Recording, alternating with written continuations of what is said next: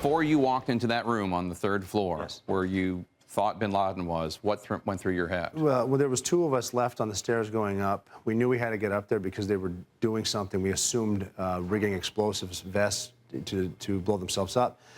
So when we went up, my thought wasn't of, oh, we're about to shoot this guy and be heroes. My thought was, we're going to blow up. Let's get it over with. And we went up there to do that, but with the thought that we will die if he blows up, but he will die too, and that is worth it. He was not surrendering. He was sort of moving, and just based on the level of threat of him not surrendering and the likelihood of him having a vest, I engaged him. I shot him twice in the head. He fell on the floor. I shot him one more time, and I killed him. What did it feel like? The sense was a recognition of, first of all, an ID of him, and then he's a threat. And then I had to shoot him. And it wasn't the first time I'd done that on a target before. I recognized the individual we were after, which was Osama bin Laden, and I engaged. At that minute, it was just, it felt like that was the initial threat that I had to take care of, and then there were more threats. Threats aren't always, threats are just potential unknowns. It wasn't until the room was fully cleared and there were more SEALs in the room that it kind of hit me, and it just felt like I had a moment of pause. And I talked to a friend of mine who was in the room, and he came up to me, and he put his hand on my shoulder, and I said, hey, what do we do now?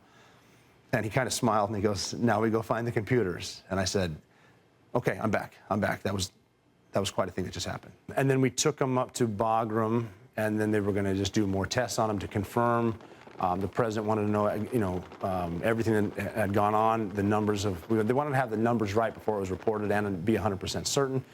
And then once it was, we were standing there watching a flat screen TV, watching the president address the nation and the world. So you were next to bin Laden's body, watching Obama talk about it? Again, a number of feet away from him, yes. Well, I heard him say, I had a breakfast sandwich in my hand, and I heard him say, tonight I can report to the country, or to the United States and to the world, that the United States conducted a mission that killed Osama bin Laden. I heard him say Osama bin Laden, and I looked at Osama bin Laden, and I thought, how in the world did I get here from Butte, Montana?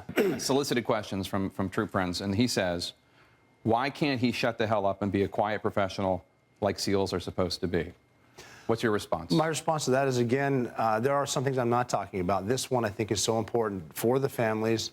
It's so important historically. It's so important that, I mean, more versions of, more different parts of the story that we're seeing that I didn't see.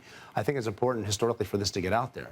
This is a mission that's very important. The Pentagon is, I'm sure, watching every word that you're making publicly. Are you concerned at all about a prosecution, about them taking issue with you for violating, in their view, the non-disclosure agreement? That does concern me, and if it comes up, I will address it. Right now, like I said, I think I did this in a way that doesn't violate any tactics or any rules. Do you think you're a hero? I think I was part of a team full of heroes. Before you left on the mission, you reached out to your family. Yes. What did you tell them? Well, I called them and just sort of said goodbye and thanks for everything, sort of, and not so many words to each one of them. I called my father last. And it was just, they could tell something was weird, but I mean, I didn't really tell them I was going overseas. They thought I was training in the States, but I called them at some point, and they didn't. I knew they would find out in a matter of hours, because what we were about to do was going to end a number of ways, but they would know what it was. And you had messages for your kids?